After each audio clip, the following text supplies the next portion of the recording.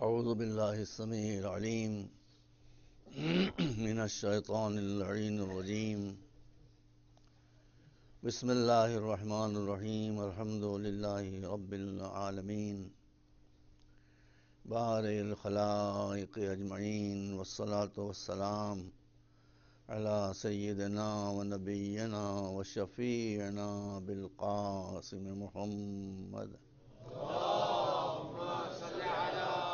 وآله الطيبين الطاهرين المعصومين الهداة المهديين الذين أذهب الله عنهم الرجس وطهرهم تطهيرا.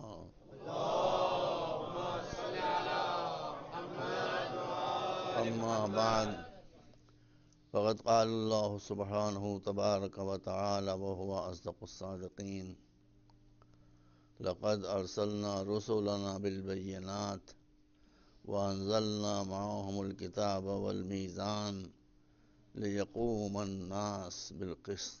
صلوات محمد وآل محمد.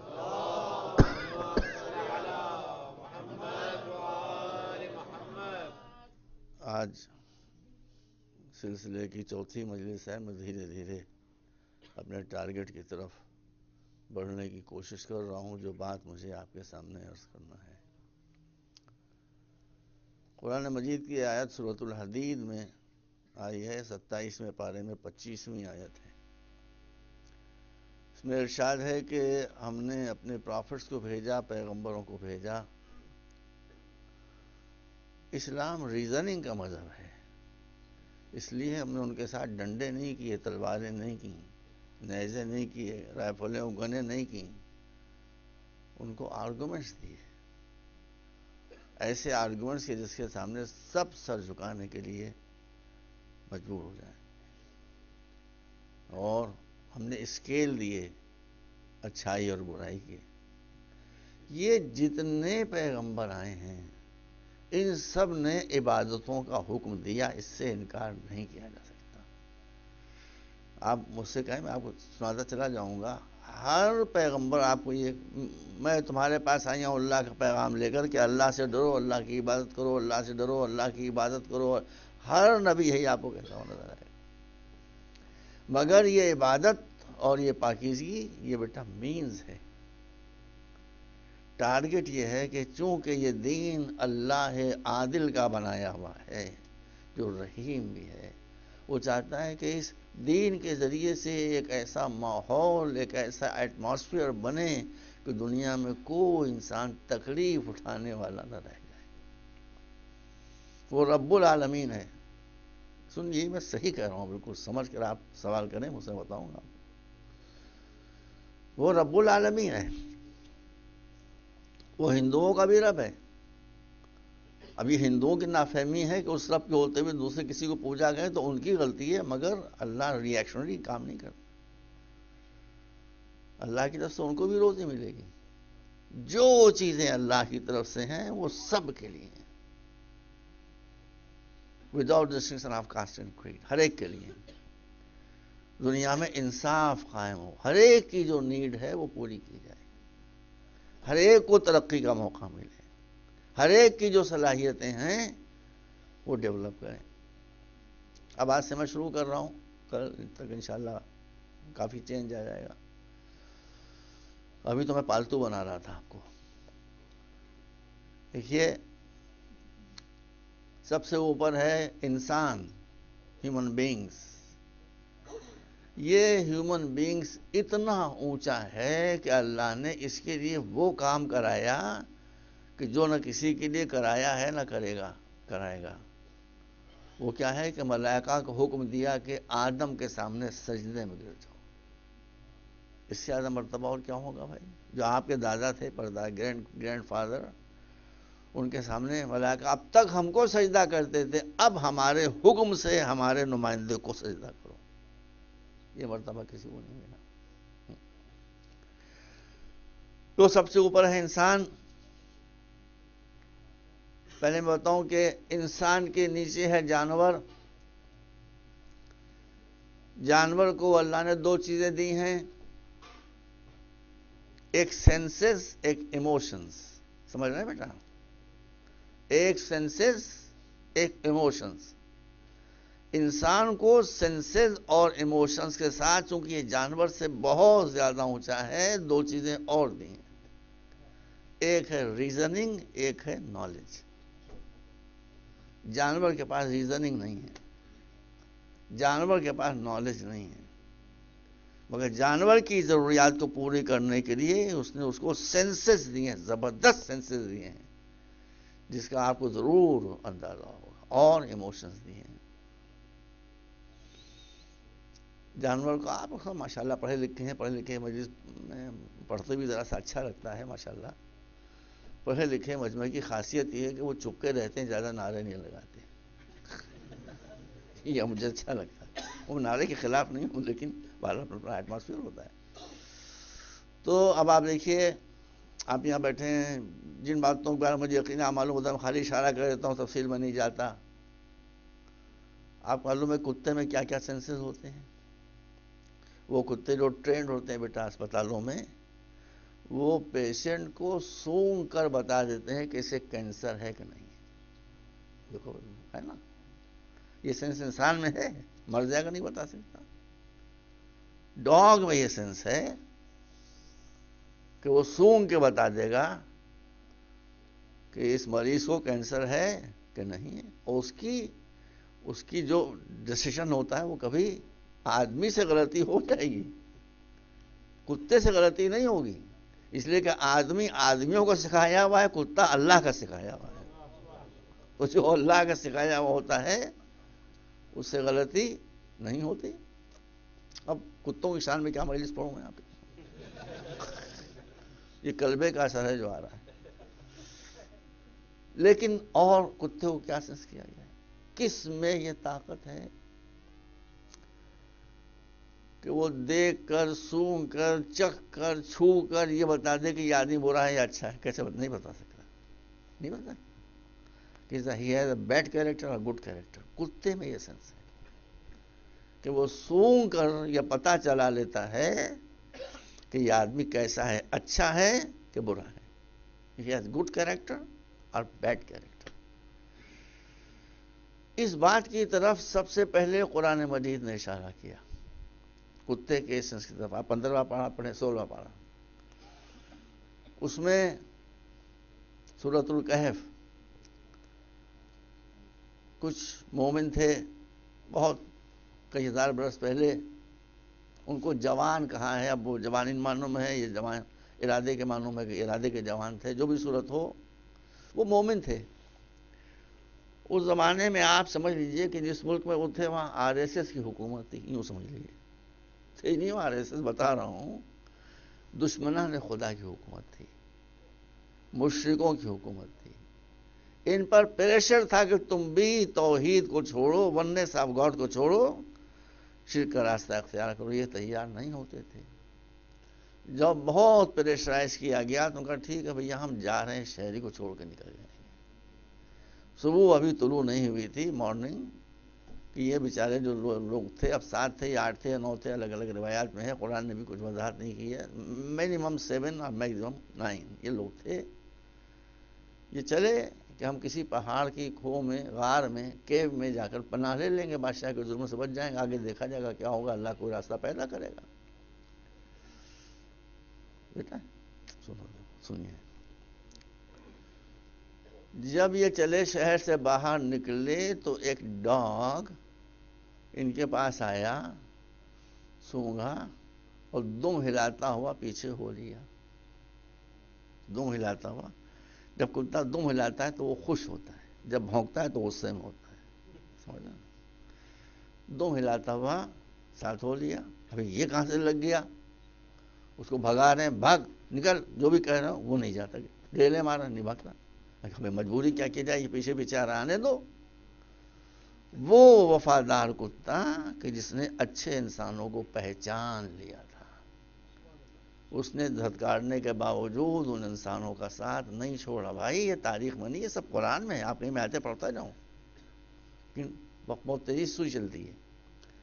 اب وہ ایک کیو میں چلے گئے، یہ سب قرآن میں. وَكَلْبُهُمْ بَاسِطٌ ذِرَاعَيْهِ بِالْوَصِيدِ، میں نے ایک ٹکڑا پڑھ دیا. جب وہ کیف کے اندر گئے اور سو گئے تو اس ڈاگ نے کیا کیا کہ اس کیف کا جو گیٹ تھا، گیٹ کیا مطلب جو راستہ تھا اس کا، وہاں آ کر یوں کر کے بیٹھ گیا آنکھیں نکال کے. اب قرآن نے کہا تو میں کیا کروں؟ قرآن کہتا ہے کہ وہ یوں بیٹھ گیا اور ایسی بھیانک آنکھوں سے اس نے دیکھنا شروع کیا. یہ سب قرآن میں ہے، میں کئی آیتیں پڑھوں کہ اگر تم اس کی آنکھوں میں آنکھیں ڈالو تو ڈر جاؤ گے. کیوں اس نے یہ پوزیشن اختیار کی؟ اس لیے کہ ڈرنے کے بعد کوئی آدمی ادھر آنے کی کوشش نہ کرے. سنتے رہیے گا. اب وہ جب تک اصحاب کہف زندہ تب تک یہ کتا بھی زندہ. اس کا مطلب یہ کہ اگر اولیاء خدا کا کوئی محافظ ہو جائے تو اس کی زندگی طولانی کر دی جاتی ہے، اس کی زندگی لمبی کر دی جاتی ہے. پاکستانی بچے یہاں ہوں گے ضرور، نوجوان حضرات اکثریت تو نہیں کی ہوگی. آپ کو معلوم ہے پاکستان میں ایک زمانے میں وزیر مذہبی امور تھے، minister of religious affairs, mister Kausar Niazi. بڑے محب اہل بیت تھے، بہت اہل بیت سے محبت کرتے تھے. وہ میر انیس کا سیمینار ہو رہا تھا، ان کو ہم نے لکھنؤ میں بلایا، لوگ ٹوٹ پڑے، بہت بڑا مجمع ہوا. اس میں انہوں نے یہ واقعہ بیان کیا کہ یوں کتے نے ان کا ساتھ دیا تھا. اس کے بعد کیا کہا؟ اب اس کے بعد وہ کہا جو مجھے نہیں معلوم تھا. بھائی میں سب کو مجھے تھوڑی معلوم ہے، انہوں نے اپنی کتابوں سے پڑھا. کہا کہ اس کتے کے ساتھ ایک بہت اہم فیصلہ وابستہ ہے. کیا؟ اللہ نے یہ کہا کہ جب اس کتے نے ہمارے اولیاء کی حفاظت کے لیے آنکھیں نکال کر دروازے پر غار کے کیف کے یہ بیٹھ گیا تو اب ہمیں اس کو اس کی جزا دینا چاہیے. دیکھیے یہ مولانا کوثر نیازی نے کہا ہے، اس کی ٹیپ موجود ہے، آپ سن لیں. کیا جزا دیں؟ As a very very exceptional case اس کتے کو ہم جنت میں داخل کریں گے. بیٹا اب ہماری بھی امید ہوگی ہم بھی شاید چلے جائیں اس کتے کے ساتھ، یہ کتا بھی چلا جائے، ہم بھی تو کلمے ہیں. تو کہا کہ اس کو ہم جنت میں کیسے جائیں؟ جنت میں نجس شے تو جا نہیں سکتی. یاد رکھیے گا، نجس شے جنت میں نہیں جا سکتی، نجس شے جنت میں نہیں جا سکتی. تو انہوں نے کہا کہ اللہ نے as a very very special case اس کتے کو پاک کر دیا، اور پاک کرنے کے بعد اسے جنت میں داخل کیا یا جنت کا مستحق بنایا. چونکہ یہ وفادار تھا، کتے نے اپنی زندگی بھر ان اصحاب کا ساتھ نہیں چھوڑا، تو اللہ نے کہا کہ زندگی بھر تو نے ساتھ نہیں چھوڑا، مرنے کے بعد ہم ساتھ چھوٹنے نہیں دیں گے. جہاں یہ جا رہے ہیں وہاں تو بھی جائے گا. یہ پڑھا میرے سامنے انہوں نے، اور ریکارڈنگ اس کی موجود ہوگی. اب میں آپ سے ایک سوال کرنا چاہتا ہوں، نہ میری نہ آپ کی، انصاف کی بات بتائیے. مولانا کوثر نیازی کے اس بیان کردہ واقعے نے بتایا کتا جو نجس ہے وہ بھی اگر اولیاء خدا کی حفاظت کرے تو جہنم میں نہیں جاتا. ایز اے اسپیشل کیس اس کو پاک کر کے جنت میں بھیجا جاتا ہے. اب میں اپنے مسلمان بھائیوں سے سوال کروں گا کہ اولیاء خدا جو کہف میں تھے ان کا مرتبہ زیادہ تھا یا رسول کا مرتبہ زیادہ تھا؟ تو جب اولیاء خدا کی حفاظت کرنے والے کو پاک کر کے جنت میں داخل کیا گیا تو وہ ابو طالب کو جو پیغمبر کی حفاظت کر رہے تھے، کیا اللہ کتے کو جنت میں بھیج دے گا اور معاذ اللہ ابو طالب کو جہنم میں ڈال دے گا؟ صلوات بر محمد و آل محمد.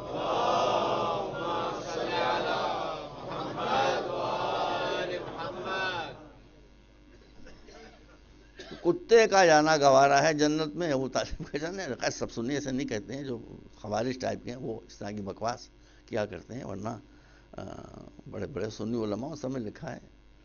تو اب میں نے عرض کیا آپ کے سامنے کہ جب کتا خوش ہوتا ہے تو دم ہلاتا ہے اور ساتھ ہو لیتا ہے، جب اسے غصہ آتا ہے تو بھونکتا ہے. ذہن دوڑائیے. میں نے آپ کو وہ موقع بتا دیا کہ جب کتا دم ہلا کر کچھ لوگوں کے ساتھ ہو گیا. اب ہسٹری میں ڈھونڈیے کہ کوئی موقع ایسا تو نہیں تھا کتے بھونکے تھے. اگر کوئی موقع ایسا ہو کہ کتے بھونکے سے تو سمجھ لیجیے کہ کتا دوستان خدا کو دیکھ کر دم ہلاتا ہے، دشمنان خدا کو دیکھ کر بھونکا کرتا ہے۔ صلوات بر محمد و آل محمد۔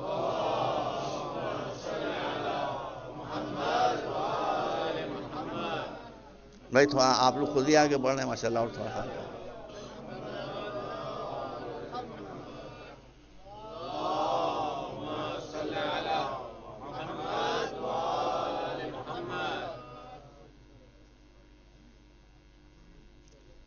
تو جانوروں میں سینسز ہوتے ہیں، بہت طاقتور سینسز ہوتے ہیں۔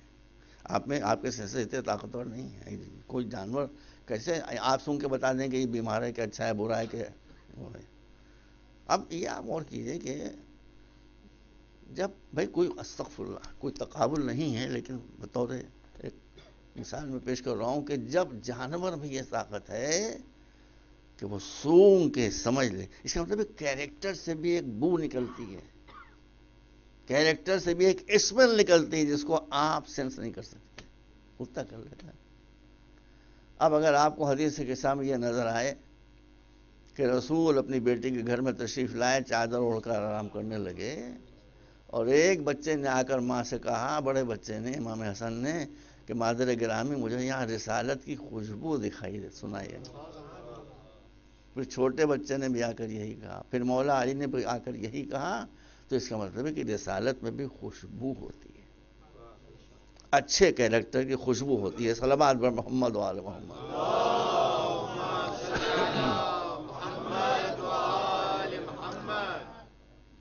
جیوگرافک چینل کے اوپر ایک پروگرام آتا ہے اینیملز ورلڈ، وہ دیکھا کیجیے، کوئی حرج نہیں ہے، بلکہ آپ کے لیے دیکھنا ضروری ہے، اور معلومات میں اضافے کے لحاظ سے نیت سے آپ دیکھیں گے تو ثواب بھی ہے۔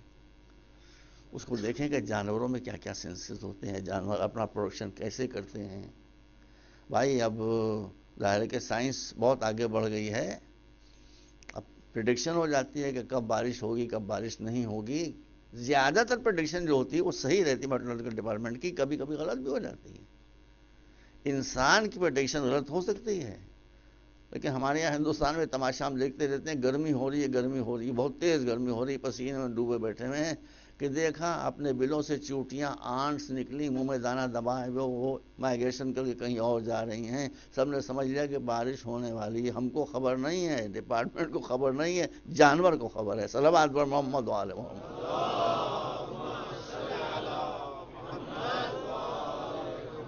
یہ عجیب و غریب، میں تفصیل میں جاؤں گا تو جانوروں کا ذکر ہوگا، آل محمد کا معاذ اللہ ان کا ذکر رہ جائے گا، تو مجھے آگے بڑھنا، اس لیے بس میں یہیں پر روک رہا ہوں۔ تو جانوروں میں دو چیزیں ہیں، ایک سینسز، ایک ایموشنز۔ کتا بہت اچھا ہے، بروں کو بھی پہچان لیتا ہے، اچھے کو بھی پہچان لیتا ہے، وفادار ہوتا ہے، مگر اس میں ایموشنز ہیں، ریزننگ نہیں ہے۔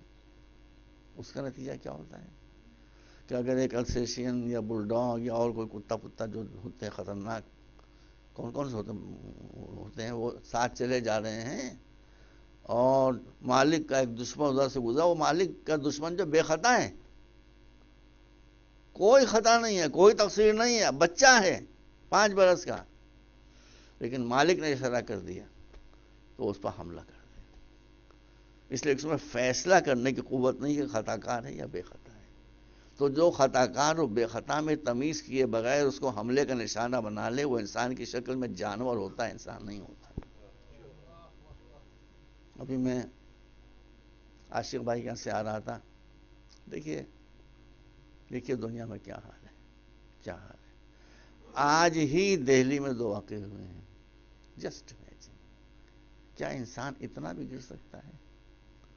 کیا انسان اتنا بھی گر سکتا ہے؟ دونوں کیسز میں تقریباً 2.5 years old گرلز، بچیاں، بیبی، ان کے ساتھ 3 لوگوں نے، ایک جگہ 5 ایک نے 3 لوگوں نے ریپ کیا اس بچی کے ساتھ، 2.5 years old۔ یہ بھی ٹی وی میں آیا تھا، پوچھ لیا، ہم نے بھی دیکھا اور شخصان نے بھی دیکھا۔ یہ جانور پن ہے کہ انسانیت ہے؟ 3 آدمی، ایک کوئی کسی کو روک نہیں رہا ہے، ایک گیا دوسرے کی باری آ گئی، ملاحظہ کرنا، ایسے تو گولیوں سے اڑا دینا چاہیے، ان پر کیس چل رہا ہے کہ وہ چھوٹ جائیں گے. دیکھ لیجیے کہ ہمیں جوڈیشری سسٹم اتنا ویک ہے کہ زیادہ تر مجرم جو ہے وہ چھوٹ جاتے ہیں. تو آج بھی انسان ایسی شکل میں پائی جاتے ہیں. تو جانور میں ایموشنز ہوتے ہیں اور سینسز ہوتے ہیں. انسان میں ایموشنز بھی ہوتے ہیں, سینسز بھی ہوتے ہیں, مگر دو ایکسٹرا چیزیں, ایک ریزننگ اور ایک علم, نالج. اس سے بڑی بیٹا دنیا میں کوئی چیز نہیں. اسی لیے آپ دیکھیے نماز بہت بڑی عبادت ہے, اللہ جانتا ہے میں غلط نہیں کہہ رہا ہوں. روزہ بہت بڑی عبادت ہے, اتفاق سے قضا ہو جائے تو ہو جائے, مگر چھوڑیے نہیں کسی بھی قیمت پر, کسی کے کہنے میں نہ آئیے. جو میں نے کر کیا تھا, مولا علی نے فرمایا کہ جب کسی بات میں کنفیوژن ہو, گو اسٹریٹ ٹو قرآن. جو قرآن فیصلہ کر دے. اگر قرآن یہ کہہ دے کہ نماز چھوڑ دو, چھوڑ دیجئے. قرآن یہ کہہ رہا ہے کہ روزہ چھوڑ دو, چھوڑ دیجئے. لیکن اگر اللہ کا کلام یہ کہہ رہا ہے کسی حالت میں نماز نہ چھوٹے, کسی حالت میں روزہ نہ چھوٹے, تو کسی حالت میں روزہ اور نماز چھوٹنا نہیں چاہیے. آپ پر اللہ کی اطاعت واجب ہے, میری اطاعت تھوڑی واجب ہے. تو اب روزہ اور نماز بہت اہمیت, حج بہت اہمیت, مگر روزہ کی بہت اہمیت ہے, بہت امپورٹنس ہے, نماز کی بہت امپورٹنس ہے, حج کی بہت امپورٹنس ہے, مگر اس سے زیادہ امپورٹنس اس بات کی ہے کہ جو عبادت آپ انجام دے رہے ہیں وہ سمجھ کے انجام دیجیے, with your بصیرت, with your insight. اور اسی لیے یہ حدیث, مجھے پتہ نہیں اہل سنت آ رہے ہیں کہ نہیں آ رہے ہیں, خدا کرے آ رہے ہوں, نہیں تو آپ سیڈیا میں سنا دیجیے ان کو. ہم تو سب کو ملانے والے ہیں, ہم لڑانے والے تھوڑی ہیں. تو رسول نے کیا فرمایا کہ فکر و ساعت خیر من عبادت 70 سنہ. تھوڑی دیر کی تھنکنگ یہ 70 برس کی عبادتوں سے بہتر ہے. اس لیے پلیز اس بات کو ہمیشہ اپنی نظروں کے سامنے رکھیے. اگر بغیر معرفت کی عبادت ہے تو وہ جانور کی عبادت ہے, انسان کی عبادت نہیں ہے. اب آپ دیکھیے, آپ کو یقین نہیں آئے گا, مگر اگر آپ اس سمجھنے میں غلط کر رہا ہوں, نہر البلاغہ یہاں موجود ہوگی, آپ لائیے میں بھی دکھا دوں آپ کو. سرمن نمبر 119 شاید یہی ہے. اس میں مولا علی کیا, مولا علی کون ہیں؟ مولا علی وہ ہیں کہ جن کی زندگی کا پہلا کام سجدہ, زندگی کا آخری کام سجدہ.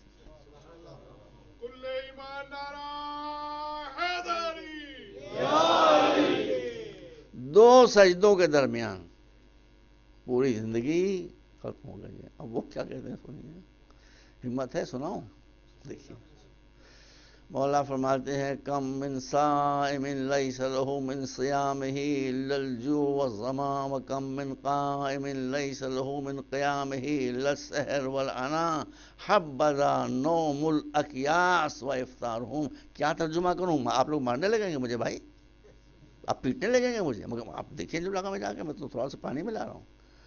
مولا جن کے روزے, اللہ اکبر, روزے کے عالم میں شہید ہوئے, جن کی نمازیں اللہ اکبر, وہ کہتے ہیں کتنے ہی ایسے روزہ دار ہیں they are keeping fast. کم کم کے معنی عربی میں آتے ہیں بہت, نمبر آف, کہ ان کا بقرعید اور عید کا بھی روزہ چھوڑنا ان کو مشکل. یاد رکھیے میں بتاتا ہوں آپ کو, روزے روزے روزے روزے. حشر کے میدان میں جب پہنچیں گے, ہم نے اتنے روزے رکھے, 365 سال کے دن ہوتے ہیں, 360 روزے رکھے ہم نے سال میں, کہاں ہیں ہمارے روزے؟ ملائکہ نام ہمارا پیش کریں گے, روزے کا کالم بلینک, ایک روزہ نہیں بھائی, چکرا جائیں گے. یہ کیا ہو گیا, ہم نے اتنے روزے رکھے تھے, یہاں روزوں کا جو کالم ہے بلینک ہے ہی نہیں کوئی روزہ. وہ کم من قائم, نماز پڑھنے والے نہیں, راتوں کو اٹھ اٹھ کر نمازیں پڑھنے والے, رات رات بھر جاگنے والے نمازوں میں. یہ جب حشر کے میدان میں آئیں گے, کہاں ہیں ہماری نمازیں؟ بلینک, ایک نماز نہیں. مولا کیا فرماتے ہیں, میں ترجمہ صحیح نہیں کر رہا ہوں, کوئی صاحب جو عربی جانتے ہوئے نہ کہتے میں نے غلط ترجمہ کر دیا. بھائی ڈاکٹر بھی مریض کی حالت دیکھ کر دوا دیکھتا ہے, اس لیے ہمیں قوت برداشت ہے, اسی کے لحاظ سے میں ٹرانسلیشن کر رہا ہوں. مولا فرماتے ہیں حبذا نوم الاکیاس و افطارہم، جو ذہین لوگ ہیں، جو انٹیلیجنٹ لوگ ہیں، وہ اگر روزہ نہ رکھیں، انٹیلیجنٹ لوگ، تو یقیناً اس کی کوئی کاز ہوگی، کوئی وجہ ہوگی، ان کو ہماری طرف سے مبارکباد دے دو۔ روزہ رکھنے والوں کو مبارکباد نہ دو، روزہ چھوڑنے والوں کو مبارکباد۔ نوم الاکیاس و افطارہم، اور نمازیں پڑھنے والے اگر کسی مصلحت کے تحت اپنی ذہانت سے کام لیتے ہوئے دیکھیں یا نماز پڑھنے چھوڑ دیں اس کو، تو نماز پڑھنا مبارکباد کے لائق نہیں ہے، نماز چھوڑ دینا مبارکباد کے لائق ہو جائے گا۔ یہ بہت گہری چیزیں ہیں۔ کیا یہ واقعہ نہیں ہوا؟ مولا علی نماز شب پڑھتے تھے کہ نہیں پڑھتے تھے؟ بتائیے۔ بہت توجہ سے پڑھتے تھے، رو رو کے پڑھتے تھے۔ نماز شب کبھی علی نے چھوڑی تو نہیں؟ بتائیے ذرا، چھوڑی ہے؟ نماز شب چھوڑی ہے، جان کے چھوڑی ہے، سوئے ہیں اور چھوڑی ہے، چادر اوڑھ کے سوئے ہیں اور چھوڑی ہے۔ جب دو سوال آ گئے کہ رسول کی جان بچائیں یا نماز پڑھیں، تب مولا علی نے فیصلہ کیا کہ یہ سونے کا وقت ہے، یہ نماز پڑھنے کا وقت نہیں۔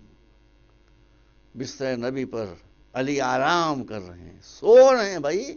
آپ مولا فرماتے ہیں، اب وہ جس معنوں بھی ہو، میں جسارت نہیں کرتا مولا کی بارگاہ میں، فرماتے ہیں جیسی گہری نیند مجھے شب ہجرت آئی ہے، ایسی گہری نیند زندگی میں کبھی نہیں۔ دو تلواریں کھینچی ہوئی ہیں بھائی، میں 3 راتوں کا جاگا ہوا ہوں، بستر پر لیٹوں، ایک آدمی گینگسٹر آ جائے، پسٹل میری سینے پر رکھ دے، نیند آئے گی مجھے؟ نہیں آئے گی۔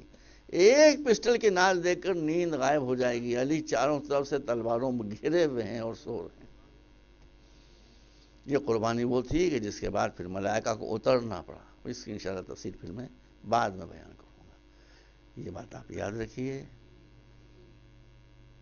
یتغیر الفتویٰ، میں جان بوجھ کے ایسی چیزیں پڑھ رہا ہوں کہ جہاں آپ کے کنفیوژنس ہیں۔ یتغیر الفتویٰ، یہ ہماری شریعت کی اصل ہے، شریعت خیپر ضرورت تھوڑی بنی، اس کے سرٹن پرنسپلس ہیں۔ ایک پرنسپل یہ ہے، ایک اصل یہ ہے کہ یتغیر الفتویٰ بتغیر الاحوال، سرکمسٹانسز کے بدلنے سے شریعت کا فتویٰ بدل جاتا ہے۔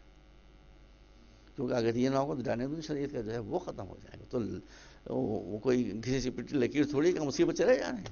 حضرت ابن عباس، ظاہر کہ علی سے ان کے علم کا کوئی تقابل نہیں، لیکن پھر بھی فقیہ تھے، ان کا فتویٰ یہ تھا کہ قاتل بھی، مرڈرر بھی اگر توبہ کر لے، ریپنٹ کر لے، تو اس کا قصور معاف ہو جائے گا۔ اب پڑھیے تاریخ میں، تاریخ پڑھیے۔ یہ اپنے اصحاب کے درمیان بیٹھے ہوئے تھے، ایک آدمی آیا گینگسٹر ٹائپ کا، اس نے کہا ابن عباس یہ بتائیے کہ قاتل کی توبہ قبول ہوتی ہے کہ نہیں؟ کا فتویٰ کیا تھا کہ قاتل کی بھی توبہ قبول ہو جاتی ہے اگر اس سے، ان کا نہیں، قاتل کی توبہ قبول۔ اپنا فتویٰ بدل دیا۔ لوگوں نے کہا یہ آپ نے اپنا فتویٰ بدل دیا؟ کہا اسی لیے بدل دیا، مجھے معلوم ہے کہ اگر میں اسے کہہ دیتا کہ قاتل کی توبہ بھی قبول ہو جاتی، یا ابھی قتل کے ارادے سے میں کسی کو جا کے مار دیتا کہ میری توبہ تو قبول ہی ہو جائے گی۔ اس لیے جب حالات بدلتے ہیں تو فتویٰ تبدیل ہو جایا کرتا ہے۔ اس سے آگے میں بڑھنا نہیں چاہتا، جانتا ہوں لیکن بڑھوں گا نہیں آگے، کیونکہ میں کبھی ایسی ڈسپیوٹیڈ چیزیں ہوتی ہیں اس میں مداخلت نہیں کرتا۔ اس میں بہت سے مسئلوں کا حل ہے کہ حالات کے بدلنے کے ساتھ ساتھ، اب دیکھیے ہمارے یہاں ایک مصیبت یہ ہے کہ کوئی بات ہوئی ان کا بدت بدت بدت بدت بدت۔ اب بتائیے کیا لائیے بدت؟ میں دیکھیے قرآن سے پڑھ رہا ہوں، بیچ میں کہیں نہیں لا رہا ہوں، حدیث کے آپ کے ہم نہیں مانیں گے، صرف قرآن ہے۔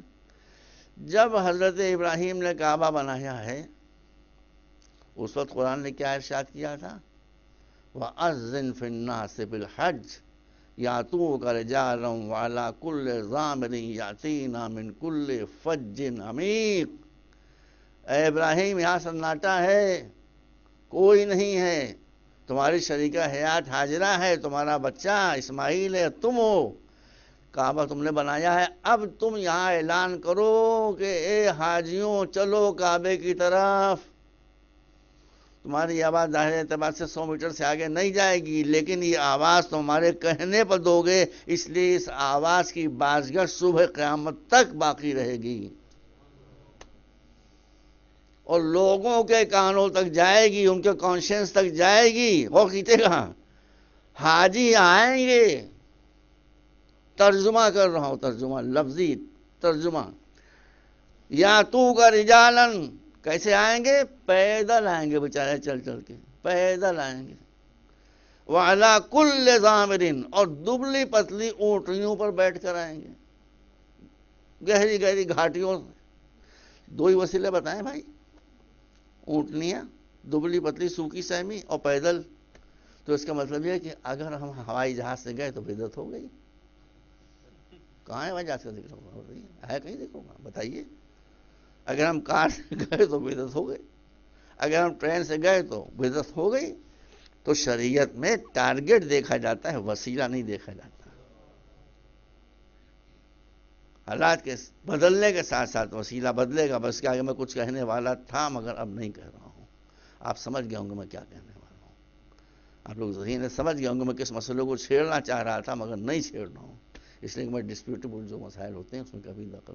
تو مختصر یہ ہے کہ انسان کو اللہ نے سینسز اور ایموشن کے ساتھ ساتھ ریزننگ اور نالج دی ہے. اس لیے جو اہمیت ریزننگ کی ہے، انٹلیکٹ کی ہے اور نالج کی ہے، یہ کسی شے کی نہیں ہے. آپ اس سے اتفاق کرتے ہیں یا اختلاف کرتے ہیں؟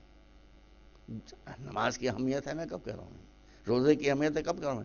لیکن جو سب سے جو انسانیت کا شرف ہے وہ ہے ریزننگ، جو انسانیت کا شرف ہے وہ ہے نالج.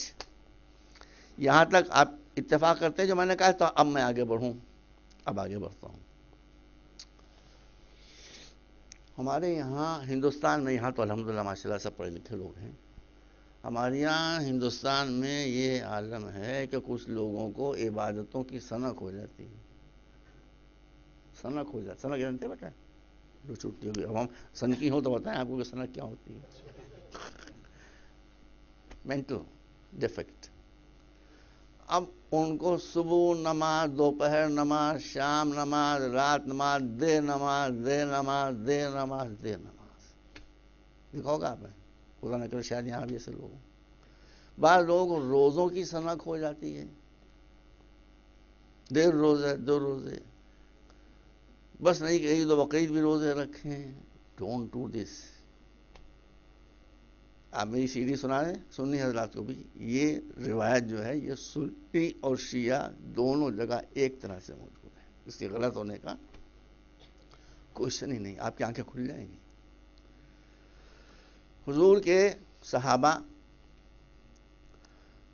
ایک مرتبہ حضور کے پاس تشریف لائے. بیٹا سنو، چیک یور سیلف. حضور کے صحابہ، ایک گروپ صحابہ کا حضور کے پاس آیا، کمپینینز کا، اور کہا حضور آپ دن میں کتنی نمازیں پڑھتے ہیں 24 گھنٹے میں؟ کہا میں جو 5 وقتہ نماز ہے وہ پڑھتا ہوں، جو نوافل ہیں وہ پڑھتا ہوں، نافل سب پڑھتا ہوں. بس قرآن نے کہتے ہیں قم اللیل الا قلیلا، رات کو نماز پڑھی ہے مگر پوری رات تھوڑی دیر. کہا روزے؟ کہاں روزے؟ بس میں رمضان المبارک کا جو مہینہ ہے 1 مہینے کے روزے رکھتا ہوں، اور مہینے میں 3 روزے اور رکھ لیتا ہوں. کہا بس؟ کون کہہ رہا ہے؟ صحابہ. کس سے کہہ رہے ہیں؟ رسول سے کہہ رہے ہیں. بس بے بس کہہ رہے ہیں. بس رسول سے کہہ رہے ہیں. بس حضور ہمارا تو دل چاہتا ہے کہ عید بقرعید بھی روزے رکھیں. وہ تو شریعت نے پروہیبٹڈ کر دیا، اس لیے عید بقرعید روزہ ہم ایک، باقی ہم تو سال بھر روزے رکھتے ہیں. کیا مطلب؟ ہم آپ سے آگے ہیں، رسول سے آگے. اب پڑھیے حضور ہم تو تقریباً رات بھر نمازیں پڑھتے ہیں. رسول کو غصہ آ گیا. رسول نے کہا کہ قرآن میں ہے ان کنتم تحبون اللہ فاتبعونی، اگر تم اللہ سے محبت کرتے ہو تو میرے پیچھے پیچھے رہو، مجھ سے آگے نہ بڑھو. تمہاری یہ ہمت ہے کہ تم مجھ سے زیادہ نمازیں پڑھتے ہو؟ تمہاری یہ ہمت ہے کہ تم مجھ سے زیادہ روزے رکھتے ہو؟ فمن تبعنی فإنہ منی، جو میرے پیچھے پیچھے چلے وہ میرا ہے، جو مجھ سے آگے نکل جائے مجھ سے اسے کوئی تعلق نہیں. آپ لوگ چپکے ہو گئے ذرا سا، چپکے ہو گئے. یہ اسی لیے کہ ہر شے انڈر کنٹرول ہونا چاہیے. اسلام کوالٹی کا مذہب ہے، کوانٹٹی کا مذہب نہیں. سمجھ رہے ہیں؟ کوالٹی کا مذہب ہے، کوانٹٹی کا مذہب نہیں. اس لیے دیکھیے وہی بات آ گئی نا، میں نے کہا انسان میں جذبات بھی ہوتے ہیں، عقل بھی ہوتی ہے. آپ جذباتی اعتبار سے ایموشنلی اس کو سوچ رہے ہیں، مگر اس کو ایموشنلی ریشنلی سوچیے. ہم پر شریعت کی پابندی لازم کی گئی ہے، شریعت کو اپنا پابند بنانے کی اجازت نہیں ہے. صلوات بر محمد و آل محمد.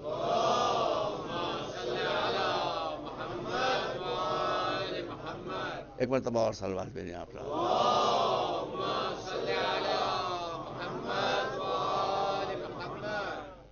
کوالٹی کی عبادت تو 2 رکعتیں ہو مگر کوالٹی کی، اس کی قیمت زیادہ ہے. اب میں تو ابھی تو آپ قرآن لے لیجیے، مجھے قرآن تقریباً یاد ہے الحمدللہ. سورہ ملک پر ارشاد ہے کہ بسم اللہ الرحمن الرحیم تبارک الذی بیدہ الملک وہو علی کل شیء قدیر الذی خلق الموت والحیات لیبلوکم ایکم احسن عملا. اکثر و عملہ نہیں ہے. اگر لیبلوکم اکثر و عملہ ہوتا تو اس کے معنی یہ ہوتے کہ تم میں زیادہ عبادت کرنے والا کون ہے. احسن عملا، تم میں زیادہ خوبصورت عبادت کرنے والا کون ہے، تم میں کوالٹی کی، بہتر کوالٹی کی عبادت کرنے والا کون ہے. اسی لیے مولا علی نے ایک اور منزل پر فرمایا جو میں کہہ چکا ہوں، اس سے ملتی جلتی بات ہے. مولانا نے فرمایا ہے نوم العاقل خیر من سحر الجاہل. ایک بیوقوف آدمی، اسٹوپڈ، اگر وہ رات بھر کھڑے ہو کر نمازیں پڑھ رہا ہے اور اس کے مقابلے میں ایک انٹیلیجنٹ آدمی، ایک ذہین آدمی سو رہا ہے، تو اس کا سونا اس کی نمازوں سے بہتر ہے. ایک مرتبہ صلوات بھیجیں آپ.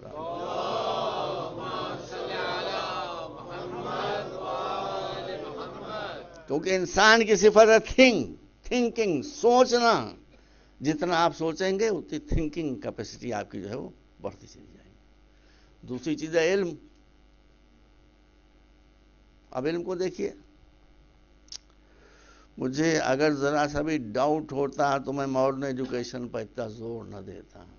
میرے بھائیوں، میرے بچوں، میرے بزرگوں، آپ اگر دنیا میں ترقی کرنا چاہتے ہیں there is no way out. دوسرا کوئی راستہ نہیں ہے. آپ اپنے بچوں کی modern education, quality modern education پر جتنا سرمایہ اور وقت صرف کر سکتے ہیں صرف کر دیں. اگر آپ نے کیا you not going to survive نہیں کر سکتے. آپ کی اتنی بڑی، میں چھوٹا سا آدمی ہوں، ایک عالم کی بات نہیں کر رہا ہوں. پھر وہ ایران کا معاملہ آ رہا ہے. ایران میں کس کی حکومت ہے؟ بیوروکریسی کی حکومت ہے. ایران میں علماء کی حکومت ہے. ایران میں فقہا کی حکومت ہے. یہ بھائی، میں بھائی منبر رسول کی شبیہ ہے یہ. میں کئی مرتبہ ایران سنی علماء کو لے کر گیا. میں نے سکتا میں ایران کا نمک نہیں کھایا ہے، لیکن میرا فریضہ ہے اس لیے میں نے کیا. بڑے بڑے علماء کو لے کر گیا ایران میں، بریلوی علماء، واللہ دیوبندی علماء، میں تو سب سے زیادہ گئے خوشی وہاں. سب جب وہاں کے علماء سے بات کی تو پلٹ کر مجھ سے کہا کہ ہم نے علماء سے تو بہت ملاقاتیں کی ہیں، ایسے علماء ہم نے نہیں دیکھے بھائی. یہ کون کہہ رہا؟ خود ان کے ہمارے بھائیوں کے علماء. واللہ ہم نے ایسے علماء نہیں دیکھے. علماء ہمیشہ فقہ پر بات کرتے ہیں، اصول فقہ پر بات کرتے ہیں. ان کا تو عالم یہ ہے کہ جو لائن پکڑو معلوم ہوتا ہے کہ اسی کے ایکسپرٹ ہیں. فائنانس سے چھوڑ دو اسی میں گفتگو کرنے لگیں، پالیٹکس کو لے لو اسی میں گفتگو، سائنس کو اسی میں گفتگو، اور ایسی گفتگو جیسے بخدا انہوں نے یہ کہا مانتا ہے اسی کے ایکسپرٹ ہیں یہ. تو اب وہاں کیا پوزیشن ہے؟ میں 2 سال قبل کینیڈا میں تھا، میں سال تقریباً جاتا ہوں وہاں. تو انٹرنیٹ پر ایک رپورٹ آئی کوئی انڈیپینڈنٹ این جی او کی، آپ نے بھی یہاں دیکھی ہوگی اور محفوظ ہوگی انٹرنیٹ پر، آپ دیکھ لیجیے، نام مجھے یاد نہیں رہ گیا. اس این جی او کی رپورٹ نے یہ بتایا تھا کہ ایران نے ریولوشن کے بعد سائنس اور ٹیکنالوجی کی فیلڈز میں جتنی ترقی کی ہے سارے یورپ اور امریکہ نے مل کر بھی اتنی ترقی نہیں کی ہے. 11 ٹائمز ان سے زیادہ، 11 ٹائم ناٹ 11%، 11 ٹائمز ایران نے ان سے زیادہ ترقی کی. آپ کہیں گے جھوٹ ہے؟ جھوٹ نہیں ہے. بھائی میں کسی کے خلاف نہیں ہوں، لیکن میں غلط کر رہا ہوں تو آپ ٹوک دیجیے. میں نے کل شاید عرض کیا تھا آپ کے سامنے کہ جب تک دنیا میں حضرت امریکہ موجود ہیں خون بہنا انسانوں کا بند نہیں ہوگا. یہ ہم آپ کو بتائیں گے، خون بہنا انسانوں کا بند نہیں ہوگا. اب شیطان کی علامت یہ بتائی گئی ہے کہ نہ شیطان دکھائی دیتا ہے، نہ شیطان کے ہتھیار دکھائی دیتے ہیں، ہے کہ نہیں؟ نہ شیطان کم بخت دکھائی دیتا ہے، نہ شیطان کے ہتھیار دکھائی دیتے ہیں. اس کا مطلب ہے شیطان کی پہچان یہ ہے کہ اس کے ہتھیار دکھائی نہیں دیتے ہیں. امریکہ نے جو آیت اللہ خمینی کے بقول شیطان نے بزرگ ہے، اس نے بھی ایک ہتھیار نکالا، ڈرون. شیطان کا ہتھیار ہے نا، نہیں دکھائی دیتا. ارے بھائی راڈار سے بھی چیک نہیں ہوتا، نہیں پکڑ پاتے راڈار. جہاں جاتا ہے وہ گھس کے چلا جاتا ہے اور مارمور کے بعد سے واپس تھا مال خیر والعافیہ. پاکستان میں بھی یہی مصیبت. اب پاکستانی آرمی کیا کرے؟ پاکستانی بے مضبوط ہے. دیکھیے طالبان کی پراکسی اڑا کر رکھے تھے، بہت خوش ہیں. جو سارے قابل طالبان کس طرح سے ان کو سزا مل رہی ہے، اللہ کا شکر. لیکن وہ بھی کیا کریں کہ ابھی ڈرون امریکہ نہ گیا، وہ دکھائی نہیں دے رہا تو کیسے اس کو مارا جائے؟ راڈار میں ہی چیک کر پا رہے ہیں اس کو. اب جب حضرت امریکہ نے یہ ملاحظہ فرمایا کہ ہمارا یہ ڈرون، یہ شیطانی ہتھیار پاکستان میں جاتا ہے، گھس کر کوئی اسے دیکھ نہیں پاتا ہے، تو لاؤ ایران میں بھی تجربہ کریں. ایران میں بھی ایکسپیرینس ہے، سب آپ کو معلوم ہے. موسٹ سوفسٹیکیٹڈ ڈرون نے جب ایران ایئر اسپیس میں منہ نکالا تو اس کو شوٹ ڈاؤن نہیں کر لیا گیا، اس کو اپنا غلام بنا کر اپنی سلیکٹڈ ایئر بیس پر اتار دیا گیا. یہ کیسے ہو سکتا ہے؟ یہ کیسے ہو سکتا ہے؟ یہ اسی سے ماشاء اللہ پڑھے لکھے لوگ ہیں. یہ جو ڈرون آتا ہے یہ اس کنٹرول بائی سائبر ٹیکنالوجی جو واشنگٹن سے کنٹرول ہو رہی ہے. تو اگر ایران کی cyber technology American cyber technology سے ایڈوانس نہیں ہے تو یہ ممکن ہی نہیں تھا. امریکن سائبر ٹیکنالوجی سے جو ڈرون کنٹرول ہو رہا ہے اس کے کنٹرول کو توڑ کر اپنا غلام بنا کر اتار لینا اس بات کی دلیل ہے کہ ایران جہاں علماء کی حکومت ہے ان کی سائبر ٹیکنالوجی امریکہ سے زیادہ ایڈوانس ہے کہ نہیں؟ ہے نا؟ اتار لیا. لیکن ان پر جھوٹ تو بول نہیں سکتا آدمی. میں پاکستان میں تھا، میں نے جیو ٹی وی پر ایک منظر دیکھا، وہ ایک ہی مرتبہ آیا، پھر وہ جیو جو تھا وہ مرو ہو گیا.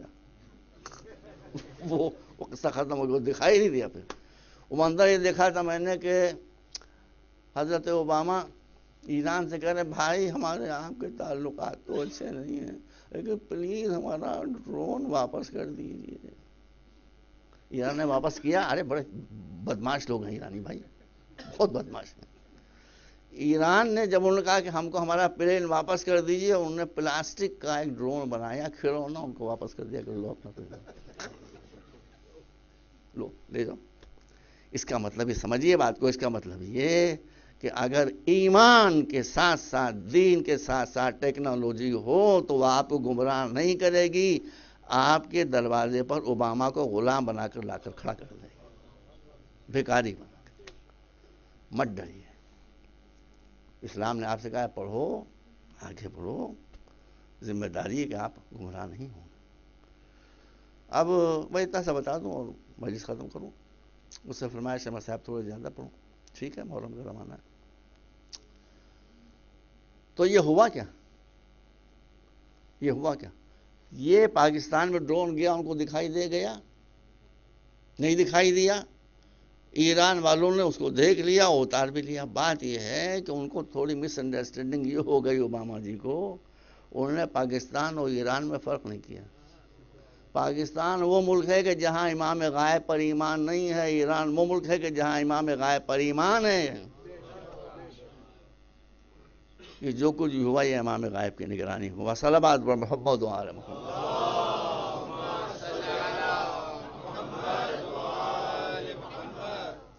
کوئی پریشانی کی ضرورت نہیں ہے، کوئی پریشانی کی ضرورت، nothing to be worried about. علم کبھی گمراہ نہیں کرتا، جہالت گمراہ کیا کرتی ہے. عقل کبھی نہیں بہکاتی. عقل کا مرتبہ کیا ہے؟ Reasoning, intellect. اس کو کیا کہا گیا ہے؟ امام جعفر صادق کا ارشاد ہے کہ جو ظاہری انبیاء آئے تھے ان کی تو گنتی کی جا سکتی کہ 1,24,000 یا 1,40,000 تھے، مگر ایک نبی وہ ہے کہ جس کو اللہ ہر انسان کے ساتھ بھیجتا ہے، وہ بھی غائب ہے، وہ نبی بھی غائب ہے، وہ ہے اس کی انٹلیکٹ، وہ بھی نبی کی حیثیت رکھتی ہے۔ اگر تم عقل کے کہنے پر چلو تو یہ ایسے ہی ہے جیسے تم کسی نبی کے کہنے پر چل رہے ہو۔ صلوات بر محمد و آل محمد۔ اللهم صل على محمد وآل محمد۔ بس ایام اعزاں ہیں، اللہ آپ سب حضرات کو سلامت رکھے۔ میں نصیحت تھا کہ یہ پروفیشن نہیں ہے، یہ مشن ہے۔ اسی سنسیئرٹی کے ساتھ، اسی خلوص کے ساتھ، بغیر دکھاوے کے، بغیر شو کے آپ مجلسیں بپا کرتے رہیں، جلوس اٹھاتے رہیں، اگر اٹھتے ہیں، علم اٹھاتے رہیں، تابوت اٹھاتے رہیں، اس لیے کہ تابوت جو آپ اٹھا رہے ہیں یہ تابوت اس کا ہے کہ جس کا جنازہ اٹھ نہ سکا۔ یہ علم جو اٹھا رہے ہیں کراچی میں جا کر دیکھیے، لکھنؤ میں بھی دیکھیے آ کے کتنا مجمع ہوتا ہے، ایک علم کے ساتھ لاکھوں آدمی جا رہے ہیں، لیکن جب یہ پہلی مرتبہ علم اٹھا ہے تو کیسے اٹھا تھا؟ عباس کے سرہانے سے حسین نے یہ علم اٹھایا تھا، ایک علم اٹھانے والا تھا، ایک جوان بیٹا پیچھے پیچھے ماتم کرتا ہوا، یوں اٹھا تھا یہ علم۔ آج میں کراچی موجود تھا، بھائی خدا ان عزاداروں کو سلامت رکھے، میری بھی زندگی ان کو مل جائے۔ میں نے اپنی آنکھ سے یہ منظر دیکھا ہے، جب وہ دھماکہ ہوا تھا میں وہیں تھا، جنا روڈ کے اوپر، کیا زبردست بلاسٹ ہوا ہے بھائی، واللہ میں قرآن ہو تو ہاتھ رکھ کے قسم کھا لوں، میں نے اپنی آنکھوں سے دیکھا ہے کہ جب بلاسٹ ہوا ہے 40-45 لوگ شہید ہو کے زمین پر گرے۔ مولا عباس کے علم کی قسم کھا کر کہتا ہوں کہ آزادار علمدار گرے مگر علم نہیں گرنے پائے، دوسرے نے آگے بڑھ کر قبل اس کے کہ علم ٹھنڈا ہو اپنے ہاتھ سے پکڑ لیا۔ کیا ایسے لوگوں کی شفاعت حضرت عباس نہیں کریں گے؟ عزاداری بہت اہم ہے۔ آج مجھے ایک ایسے شہید کا حال عرض کرنا ہے کہ جو دشمن بن کر آیا تھا، مگر حسین کے کردار میں کشش یہ تھی کہ وہ حسین کا جانثار بن گیا۔ کچھ باتیں میں آپ کے سامنے عرض کر چکا ہوں، آپ لوگ سب ماشاءاللہ سمجھدار لوگ ہیں، اس رزلٹ نکالتے رہیے، آپ میرے پاس اتنا وقت نہیں رزلٹ نکال کر بھی آپ کے سامنے پیش کروں۔ یہ دشمن ہے، 1000 حسین کے خون کے پیاسوں کے لیے مرتا چلا رہا ہے کہ حسین کو روکے اور گرفتار کر کے ابن زیاد کے پاس لے جائے، اور اگر حسین ریزسٹ کریں تو جنگ ہو، جنگ کا انجام معلوم ہے۔ حسین کے رات بہت تھوڑے لوگ ہیں، وہ 1000 سپاہیوں کے لیے ہوئے۔ مگر جب وہ آیا آنے کے بعد امام نے پوچھا تو بتا دیا کہ میں اس لیے آیا ہوں کہ آپ کو ابن زیاد کے دربار میں لے چلوں تاکہ ابن زیاد کے ہاتھ پر آپ یزید کی بیعت کریں۔ کہا یہ تو نہیں ہو سکتا، کہا یہ نہیں ہو سکتا تو بڑی پرابلم ہے فرزند رسول۔ کہا کیا پرابلم ہے؟ کہا ہم آپ کو زبردستی لے چلیں گے، اور اگر میں رجسٹ کروں، مولانا نے کہا تو پھر جنگ ہوگی، جنگ کا جو انجام ہو۔ بات ابھی یہیں تک پہنچی تھی، آپ کو قسم ہے European history, American history, Indian history, کسی ہسٹری مجھے یہ واقعہ اس سے ملتا جلتا ارے بھائی وہ آیا ہے کہ ہم آپ کو قتل کر دیں گے، آئی مرڈر یو، ہماری آرمی آپ کے لوگوں کو ختم کر دے گی۔ امام نے جیسے یہ سنا ہی نہیں، وہ کہہ رہا آپ کو مار ڈالیں گے، قتل کر دیں گے، آپ کے ساتھیوں کو قتل کر دیں گے۔ امام کہہ رہے ہیں وہ ساری باتیں بعد میں ہوں گی، پہلے حر یہ بتاؤ کہ تمہارے چہرے کا رنگ پیلا کیوں ہے؟ یہ کہاں ہے یہ کردار؟ اللہ کی قسم بتائیے مجھے، تمہارے چہرے کا رنگ زرد کیوں ہے حر؟ یہ آنکھوں میں گڑھے کیوں پڑے ہوئے ہیں؟ یہ رخسار نیلے کیوں ہیں؟ کہا فرزند رسول ہمارے پاس پانی کا اسٹاک ختم ہو گیا۔ حر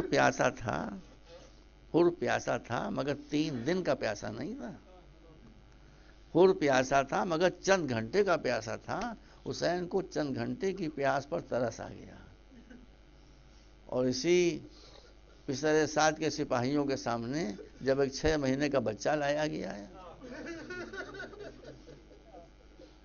وہ کتنا پیاسا تھا۔ بس یہی میں نے ایک بار عرض کیا تھا کہ قرآن نے کہا ہے کہ والتین والزیتون وطور سینین وہذا البلد الامین لقد خلقنا الانسان فی احسن تقویم ثم رددناہ اسفل سافلین. یہ انسان اشرف المخلوقات ہے. یہ انسان رہتا ہے تو اس کے برابر کوئی نہیں آ سکتا، مگر یہ انسان جب اپنے کو گرا دیتا ہے تو اس سے زیادہ ذلیل بھی کوئی نہیں ہوگا. امام نے اپنے ساتھیوں کو حکم دیا، سپاہیوں کو، کہ ہر کے سارے لشکر کو پانی پلا دیا جائے. دیکھیے یہ بھی آپ سمجھیے، اس وقت امام کے کس سپاہی کا دل چاہتا ہوگا کہ ان کو پانی پلائے، قاتلوں کو. اطاعت اس کو کہتے ہیں، جہاں دل کو نہیں دیکھا جاتا، امام کی زبان کو دیکھا جاتا ہے. ٹھیک ہے مولا، آپ کا حکم ہے، ہم ان کو پانی پلائے دیتے ہیں. سب کو پانی پلا دیا، اتنا پلایا کہ سب نے کہا ہاں بس ہم سیر ہو. ایک سپاہی اتنا گھبرایا ہوا تھا کہ اس سے پانی پیا نہیں جا رہا تھا. امام خود گئے، مشکیزے کا دہانہ سیدھا کر کے اس کے منہ سے لگایا، پیار سے اس کو پانی پلایا. ایسا امام کہاں ملے گا آپ کو؟ جب سارے سپاہی پانی پی چکے تو امام نے ملحظہ فرمایا کہ جن گھوڑوں پر یہ بیٹھ کر آئے ہیں ان کی زبانیں باہر نکلی ہوئی ہیں. اس میں شریعت کیا کیا باتیں بتاؤں. اگر جانور، بے زبان جانور پیاسا ہے تو آپ پر شرعی اعتبار سے واجب ہے کہ اسے پانی پلائیں. یہ اس کا حق ہے. میں نے اشارہ کیا تھا، یہ اس کا حق ہے. اب امام کے مولا یہ جانور یہ ایک گلاس پانی میں تو ان کی پیاس نہیں بجھ جائے گی، ان کو بہت پانی چاہیے ہوگا پیاس بجھانے کے لیے. مولا اگر آپ اجازت دیں تو فرض کریں آپ کے ساتھ مننے بچے ہیں، چھوٹے چھوٹے بچے ہیں، بے کس بیویاں ہیں، یہ عرب ہے، یہاں پانی ملتا نہیں ہے آسانی سے. مولا آپ لوگ مطلب یہ پانی ختم ہو جائے گا، لیکن آپ کا مستقبل بھی آپ کے سامنے ہونا چاہیے. میرا مالک اللہ ہے، لیکن میں تو جانوروں کو بھی پیاسا نہیں دیکھ سکتا. یہ انسان کامل کا نمونہ ہے کہ جو جانوروں کو بھی پیاسا نہیں دیکھ سکتا. اور وہ مکمل جانور تھے جن کے سامنے، ارے بھائی یہ سب تاریخ میں کہاں تک حوالے آپ کے سامنے دیتا رہا ہوں. عصر عاشور کے بعد جب سکینہ تڑپ رہی تھی، ہائے پیاس ہائے پیاس، شمر ملعون، خبیث، کمینہ، ذلیل، پانی کا ایک مشکیزہ بھر کر لایا، سکینہ کو دکھایا، کہا پانی پیو گی؟ کہاں بہت پیاس لگ رہی. سارا پانی زمین پر بہا دیا اس بچی کے سامنے. بچی نے اس گیلی زمین پر کروٹیں بدلنا شروع کر دی. بس عزیزوں، اب تاریخیں گزر گئیں. حسین کے لشکر والوں پر، سپاہیوں پر، بچوں پر 7ویں محرم سے پانی بند ہو گیا. کئی دن کی پیاس؟ 7، 8، 9، 10.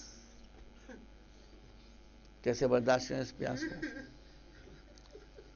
بچے تڑپ رہے ہیں، ہائے پیاس مارے ڈالتی ہے، ہائے پیاس مارے ڈالتی ہے، ہائے پیاس مارے ڈالتی ہے. بھئی حضرت صاحب آپ تھوڑی دیر کے لیے آنکھیں بند کر کے سوچئے، کوئی معصوم بچہ آپ کے سامنے تڑپ تڑپ کر ہائے پیاس ہائے، آپ کے دل پر کیا گزرے گی؟ یہ معصوم بچے اہل بیت کے عباس کے سامنے، علی اکبر کے سامنے، حسین کے سامنے کہہ رہے ہمیں پیاس مارے ڈالتی، ہمیں پیاس مارے ڈالتی ہے. آپ یہ غور کیجئے کہ ان کے دلوں پر کیا گزر رہی ہوگی جب یہ آوازیں آتی ہوں گی. بس عزیزداروں، شب عاشور آ گئی، اور ابھی تک لشکر پسر سعد میں ہے. یہ اپنے خیمے میں گیا، ٹہل رہا ہے خیمے کے اندر، خیمے میں ٹہل رہا ہے بے چین.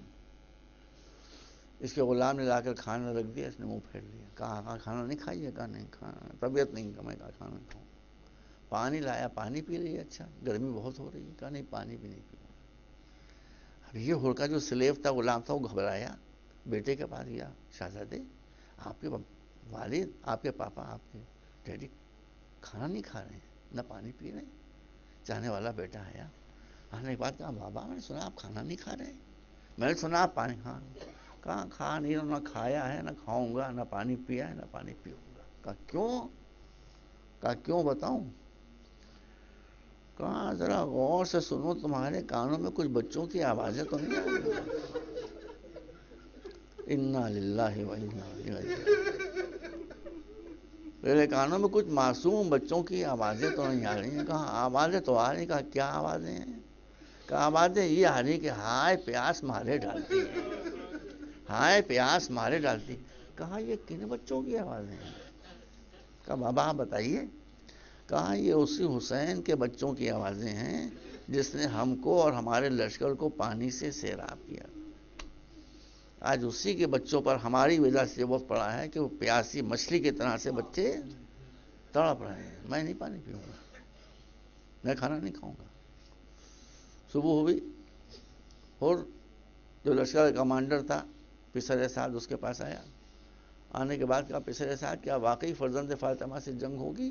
سلو کی کوئی صورت نہیں. کہا نہیں، اب سلو کی کوئی صورت نہیں ہے، اب جنگ ہوگی اور ایسی جنگ ہوگی کہ میدان کربلا کٹے ہوئے سروں سے اور ہاتھوں سے اور پیروں سے بھر جائے گا. کہا کوئی صورت ممکن نہیں، اب جنگ تو ہوگی. یہ یہاں سے چلا، بڑا بہادر انسان تھا، ویری بریو پرسن، رئیس قبیلہ تھا. اب چلا گھوڑے بیٹھ کر تو تھر تھر تھر تھر تھر تھر تھر تھر کانپتا ہوا، شیورنگ. اس کے ایک ساتھی نے دیکھا، کہا ہو رہی ہے کیا حال ہے تمہارا؟ کوئی مجھ سے پوچھا کوفتے میں سب سے زیادہ بریو انسان کون ہے تو میں تمہارا نام لیتا ہے. یہ 72 سپاہی سامنے بھوکے پیاسے مچا تیرا کرچی کر کیا لیں گے ہمارا؟ تم ڈر رہے ہو اتنا؟ کہا غلط سمجھ رہے ہو تم، ہر موت سے نہیں ڈرتا، لیکن میرے ایک طرف جہنم ہے ایک طرف جنت ہے. میں مرنے سے نہیں گھبراتا لیکن جہنم میں جانے سے میں گھبراتا ہوں. بس آگے بڑھا، بیٹے پر نظر پڑی، کہا کہ یا بنیا لا صبر علی علی النار فسر بنا الی الحسین. بیٹا میرے لال میرے فرزند، میں مرنے سے نہیں ڈرتا لیکن جہنم میں نہیں جا سکتا. دیکھ سامنے جنت کا شہزادہ ہے، ہاں وہاں چلیں. بیٹے نے کہا دونوں گھوڑے کو اڑاتے ہوئے حسین کے لشکر قریب آ گئے. پچھلے ساتھ کی آرمی کا کہنا یہ ہے کہ ہم سمجھے کہ حملہ کر دیا، وہ تو جب بیچ میں رکے تب معاملہ کچھ اور ہے.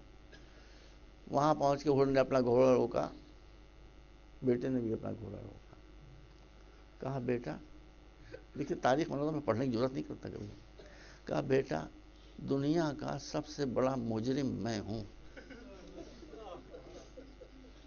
دنیا کا سب سے بڑا کرمنل میں ہوں. اس لیے کہ آج حسین ان کے ساتھیوں ان کے بچوں بیویوں پر جو گزرے گی وہ میری وجہ سے ہے. نہ میں گھیر کر لاتا نہیں، مصیبتیں شہزادے پر آتی ہیں. بچے قتل ہوں گے میری وجہ سے، بھائی مارے جائیں گے میری وجہ سے، شہزادیاں اسیر ہوں گی اگر تو میری وجہ سے، سب کی ذمہ داری میری ہے. اے میرے لال یہ صورت حسین کو کیسے دکھاؤں؟ شرم آ رہی. ایسا کر کے مجھے جانا تو ہے مولا کے پاس، لیکن میری ابا جو میں پہنے ہوں اس سے میرا چہرہ چھپا دے. بیٹے نے آگے بڑھ کر کا چہرہ چھپا دیا.